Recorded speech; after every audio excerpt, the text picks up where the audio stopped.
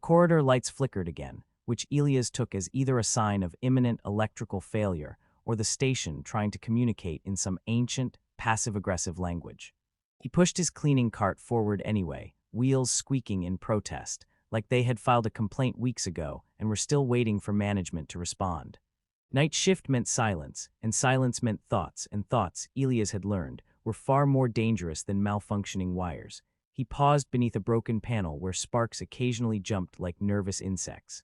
"You're doing great," he muttered to the station, truly inspiring. If survival were an art form, you'd be abstract. The station did not reply, which he considered rude but consistent. Most of the crew avoided this sector. They claimed it was because of structural instability, but Elias knew better. People didn't fear loose panels. They feared things that stood still when they shouldn't, things that watched without blinking. Things that made no sound, even when every instinct insisted they should. He turned the corner and saw them again. They hadn't moved. Of course they hadn't moved. The woman stood near the observation window, her posture straight, her presence calm in a way that felt carefully constructed rather than natural. At first glance, she could pass for human, too easily, in fact. Her skin was pale in a way that didn't belong to any known climate, reflecting the corridor's weak light as if it were choosing what to reveal. Her hair fell long and straight down her back, but it didn't sway with the station's faint vibrations. It simply existed, as if motion were optional. And her eyes, Elias avoided thinking too much about her eyes. Not because they were frightening, but because they seemed busy, always calculating, always observing, like they were quietly solving equations no one else could see. Beside her stood the children. Elias stopped his cart without meaning to. "Right," he whispered to himself, "completely normal. Children who treat breathing as a hobby they've chosen to skip." They were arranged in a loose line, each one perfectly still, too still. Not the kind of stillness you get from discipline or fear, but the kind that suggested movement had never been part of the plan. Their faces were smooth, expressionless, their eyes fixed somewhere just beyond the visible. He waited, nothing. No shifting weight, no blinking, no small fidget that betrayed life. Even the station's air current seemed to avoid them, as if unsure whether they were allowed to interfere. Elias cleared his throat, immediately regretting it when the sound echoed far louder than expected. "Evening," he said, because politeness felt safer than silence. The woman turned her head toward him slowly. Not unnaturally slow, just enough to make him aware of every fraction of movement. Her expression softened into something that resembled a smile, though it arrived a second too late to feel real. "Good evening," she replied. Her voice was calm, precise, like each word had been selected after careful consideration. Elias nodded, gripping the handle of his cart as if it might attempt escape. "Busy night?" he asked, then immediately winced. "I mean, of course it's not. It's night." That was a very obvious question. The woman's smile did not change. "The station is always busy. It simply hides it well." Elias blinked. "Right, like me." Oh. He laughed quietly, then stopped when he realized he was the only one participating. His gaze drifted back to the children. Up close, something about them felt unfinished. Not in a broken way, but in a deliberate one, like details had been smoothed out on purpose. Their skin reflected light too evenly. Their posture never wavered. He leaned slightly closer, curiosity nudging aside caution. "They're very quiet," he said. "They are listening," the woman replied. Elias frowned, glancing around the corridor. To what? The station's existential crisis. No answer, of course not. He shifted his weight, suddenly aware of the faint metallic scent in the air. It clung to the back of his throat, subtle but persistent, like a memory he couldn't place. He sniffed again, then looked at his cart suspiciously. "If that's me, I'd like to formally apologize." The children didn't react, not even a blink. Elias exhaled slowly, trying to ignore the strange pressure building in his chest. "Well," he said, forcing a lighter tone, "if they ever decide to talk, I hope they start with something simple. Maybe a complaint. Complaints are comforting. They mean things are still, normal." The woman's eyes held his for a moment longer than necessary. "Normal," she repeated softly, as if testing the word. Elias nodded quickly. "Yes, big fan of normal." Silence settled again, heavier this time. He turned back to his cart, pushing it forward with deliberate focus. The wheels squeaked louder than before, which he now appreciated. Noise meant life. Noise meant something was still responding to the world. Behind him, the corridor remained still, too still. And though he didn't turn around, Elias couldn't shake the feeling that all of them, the woman and her silent children, were watching him leave with a kind of attention that wasn't curiosity, but recognition. Elias returned the next night with the firm decision not to get involved, which lasted exactly 12 minutes. That was roughly the time it took for his curiosity to wake up, stretch, and start making poor life choices on his behalf. He rolled his cart down the same corridor, wheels announcing his presence like an overenthusiastic narrator. And here comes Elias, he muttered, armed with disinfectant and absolutely no survival instincts. Oh. The lights flickered again. He pointed upward. I see you're still committed to the horror theme. Consistency is important. He slowed as he approached the observation window. They were there. Of course they were there. Same positions, same stillness. Same unsettling sense that if time itself stopped, they would be the only ones who noticed. Elias parked his cart a little farther away this time, as if distance could qualify as a strategy. He pretended to inspect a perfectly clean panel, nodding thoughtfully at nothing. Yes, he whispered, very dirty, invisible dirt, the worst kind. His eyes drifted back, nothing. He waited longer this time, testing something he couldn't quite name. He counted under his breath, 30 seconds, a minute, 2, no blinking, no movement, not even the tiny adjustments people make without realizing. Okay, he murmured, either you're the most disciplined children in the galaxy, or you've collectively decided to boycott basic biology. He reached into his cart and pulled out a small metal tool, turning it in his hand. We're conducting a highly scientific experiment, he informed himself, peer-reviewed by absolutely no one. He let the tool slip from his fingers. It hit the floor with a sharp, echoing clang that bounced down the corridor like a complaint filing itself in triplicate. Elias watched, nothing, not even a flinch. He bent down slowly, picking it up, trying not to look too disappointed.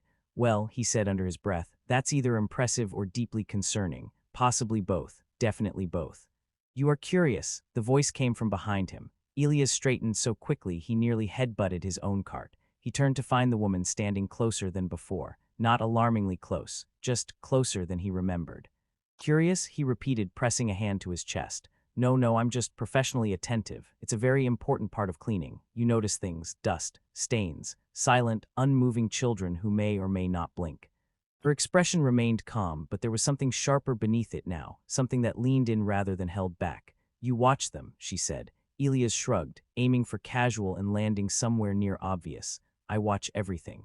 It's kind of my job. If something spills, I need to know. If something doesn't spill but should be moving, I also notice that. He gestured lightly toward the children. They're very consistent. They are as they must be. Oh, that sounds reassuring, Elias said, in a vague, slightly ominous way. He hesitated, then took a step closer before his better judgment could file an official protest. Do they ever move when I'm not here? Oh, they move when it is necessary. Elias nodded slowly. Right, of course, necessary movement. I should try that sometime. He glanced at the nearest child, studying the stillness more carefully now. Up close the details felt wrong in a way that was hard to explain. Not broken, not damaged, just too perfect, like someone had edited out all the small imperfections that made things real. You know, he said, crouching slightly, when I was a kid, I tried to stand still for as long as possible. Thought I could beat my own record. Lasted maybe 3 minutes before I sneezed and ruined everything. Very tragic moment. No reaction, he leaned in a fraction closer. The metallic scent was stronger here, not overwhelming, just persistent, like it belonged. Elias sniffed once, then frowned. Okay, that's definitely not me. Do not touch them. The woman's voice cut through the air, still calm, but firmer now. Elias froze mid-motion, his hand hovering just short of the child's arm. I wasn't going to, he said quickly. I mean, I was thinking about it, but thinking is not the same as doing. Thinking is free, doing has consequences. He slowly lowered his hand, stepping back with a small, apologetic smile. Boundaries respected, lesson learned. Oh, her gaze didn't leave him. They are listening, she said again. Elias rubbed the back of his neck. You mentioned that. I'm still stuck on the part where I don't hear anything worth listening to. They hear more than you. He let out a quiet breath. That's not comforting. Silence stretched between them, thick but not empty. Elias shifted his weight, suddenly aware that the corridor felt smaller than before. He glanced at the children again. For a moment, just a moment, he thought he saw something. A flicker, so quick it could have been the lights. He blinked, leaning slightly to catch it again. Nothing. Stillness returned, absolute and unbroken. Elias straightened slowly, his voice quieter now. Did you see that? The woman didn't answer. He swallowed, forcing a small laugh that didn't quite convince him. Probably the lights, he said. They're very expressive. No response. He took a step back, then another, retreating toward his cart. Well, he added, I should get back to my extremely important duties. Dirt doesn't clean itself, unfortunately. He grabbed the handle and started pushing, the wheels squeaking loudly, almost urgently now. Halfway down the corridor, he glanced back. The woman hadn't moved. The children hadn't moved. But this time he was certain of one thing. All of them were looking directly at him. And as he turned away again, gripping the cart a little tighter than before, Elias couldn't shake the feeling that whatever they were listening to had just started listening back. Elias did not return the next night, which he considered a strong and mature decision for exactly 6 hours. By the 7th, he was pacing his quarters, arguing with himself in increasingly creative ways. "You are not going back," he told the empty room. "You enjoy being alive. You enjoy not being mysteriously absorbed into whatever that was." He paused, then added, "Also, your job description does not include confronting unsettling cosmic mysteries.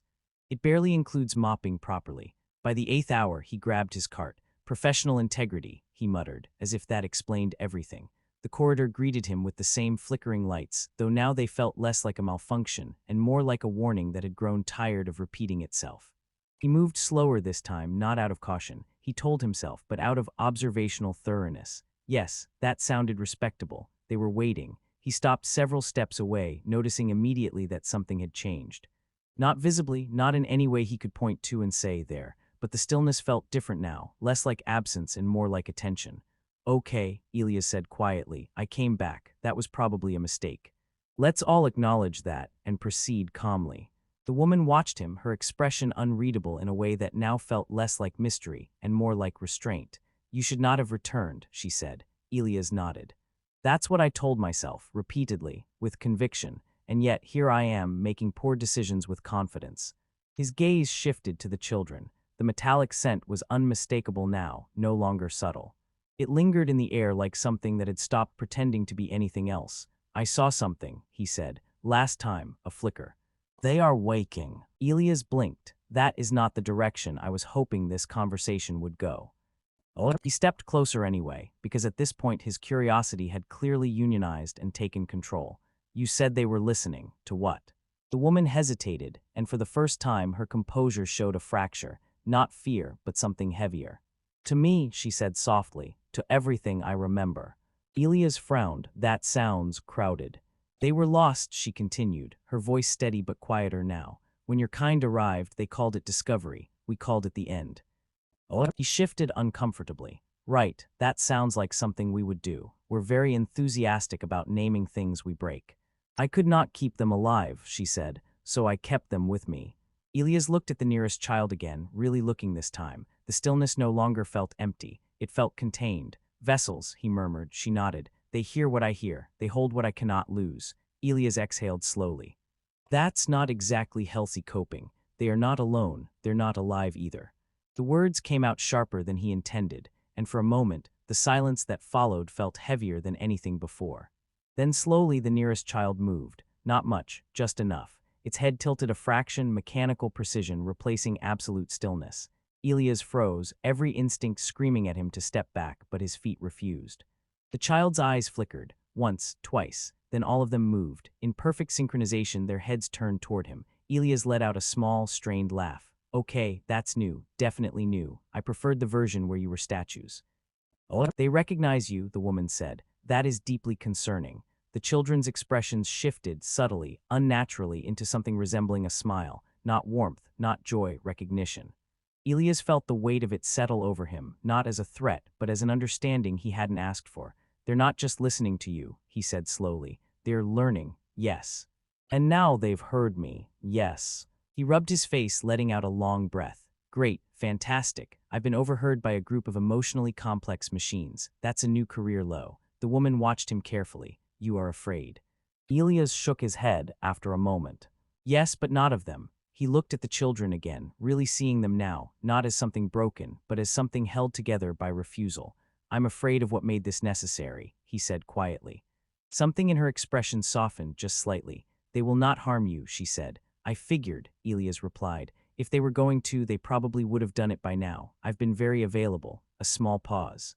Then unexpectedly the tension shifted. Not gone, just lighter. Elias stepped closer, this time without hesitation. He looked at the children, then back at her. "You know, for what it's worth, this place is falling apart.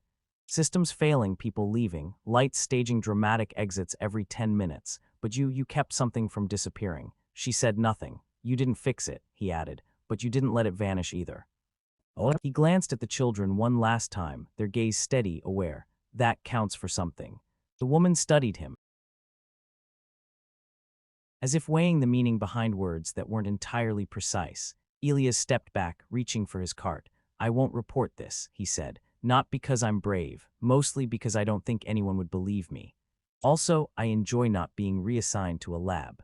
A faint, almost imperceptible shift crossed her face, not quite a smile, but closer. Thank you, she said. Elias nodded, turning the cart around.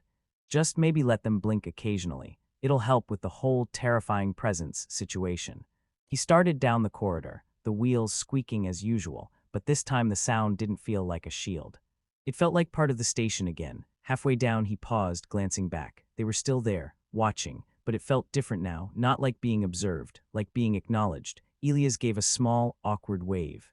Good night, he called. Then he kept walking, no longer trying to ignore the unknown, but no longer needing to fear it either, carrying with him the quiet realization that some things in the universe weren't meant to be fixed, only understood enough to let them remain.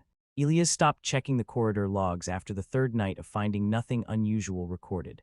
According to the station, nothing existed there except a lighting fault, 2 inactive sensors, and a mildly embarrassing number of maintenance requests he had personally filed. According to Elias, the station was either lying or deeply committed to denial. He respected both possibilities. He still worked the night shift, still pushed the same squeaky cart, but something had shifted in the way he moved through the station. He no longer filled every silence with nervous commentary. Now he listened, not because he expected to hear something dramatic, but because he had learned that quiet didn't mean empty. On the fourth night, the corridor lights didn't flicker. Elias stopped mid-step, staring upward. Well, he said slowly, that's unsettling. You've improved. I don't trust it. He walked forward carefully, like someone approaching a truce he didn't remember agreeing to. The observation window came into view. They were not in their usual positions. Elias blinked once, then again, as if the act itself might correct reality. Okay, he murmured. Either I'm early, they're late, or we've all decided to try something new. I support growth, but I would like a memo. He moved closer. The space felt occupied, but not in the same rigid way as before. The stillness had loosened, not vanished, like a held breath that had finally been released. You came back. The voice came from his left. Elias turned. The woman stood there, but not where she usually did. Not guarding, not positioned like a barrier, just there. I work here, Elias replied. It would be suspicious if I stopped showing up. People might assume I found a better job, which would damage my reputation. Her gaze held his, quieter now. They are changing, she said. Elias nodded slowly. I noticed. They're missing from their usual, terrifying statue formation. I assume this is progress, and not the beginning of something that ends with me running. They are learning to be more. That sounds ambitious. She hesitated, then stepped slightly aside. Elias followed her line of sight. The children stood near the observation glass, but not in a line. They were spaced unevenly, their posture no longer identical. One of them shifted its weight, just slightly, but enough. Elias exhaled, a small smile pulling at the corner of his mouth. Okay, that's new, that's very new. He approached slowly, watching as one of them turned its head, not in perfect synchronization, but independently. Hello, Elias said, lifting a hand. No pressure to respond, just testing the waters. A pause, then faintly one of them blinked. It wasn't smooth, it wasn't natural, but it happened. Elias froze, then broke into a quiet laugh. You blinked, he said. That's excellent, top-tier progress. Honestly, I'm proud of you, and I don't even fully understand what you are. The woman watched him carefully. They adapt from what they receive. Elias glanced back at her. So all my talking. They listened. He rubbed his forehead. I have unintentionally influenced a group of semi-mechanical consciousness vessels. That feels like something I should apologize for. One of the children tilted its head again, studying him. Elias crouched slightly, meeting its gaze. If you picked up anything from me, he said gently, I hope it's the part where you don't have to stand perfectly still all the time. It's overrated, causes back problems. The child's expression shifted, just a fraction, not quite a smile, but closer. Behind him, the station hummed, steady and continuous, like it had finally decided to cooperate with itself. For once nothing sparked, nothing flickered, nothing failed. Elias stood up slowly, turning back to the woman. What happens now? They continue, she said, not as they were, not as I made them, but as something new. Elias nodded. That sounds right, messy but right, most good things are. He looked at the children again, watching as one of them took a small, deliberate step, not commanded, not synchronized, chosen. Elias smiled, softer this time. You know, he said, for a place that barely holds itself together, this station does a decent job of keeping things alive, in its own strange way. The woman's gaze followed his. You stayed, she said. Elias shrugged. Someone has to clean up after existence. It's a very underrated role. A brief silence settled, but it no longer felt heavy. It felt complete. Elias reached for his cart, turning it around with an ease that hadn't been there before. I'll keep your secret, he said, not because it's dangerous, but because it deserves time. She inclined her head slightly. Thank you, Elias. He paused, surprised. You know my name. You are not invisible. Oh. Elias let out a quiet breath, something in his expression shifting, settling. That's new, he said. I might have to get used to that. He started down the corridor, the wheels rolling smoothly now, almost silent for once. Halfway through, he stopped, glancing back. The children were still there, but not watching in the same way. They were existing. Elias gave a small wave. Try not to terrify anyone, he called, at least not on purpose. One of them blinked again. Elias smiled, then turned forward, continuing his path without hesitation. The corridor stretched ahead, no longer just a place to pass through, but something that held meaning now, however quiet, however strange. And as he walked, he no longer felt like someone unnoticed, moving through forgotten spaces. He felt like part of something that had changed. Not fixed, not explained, but understood just enough to continue.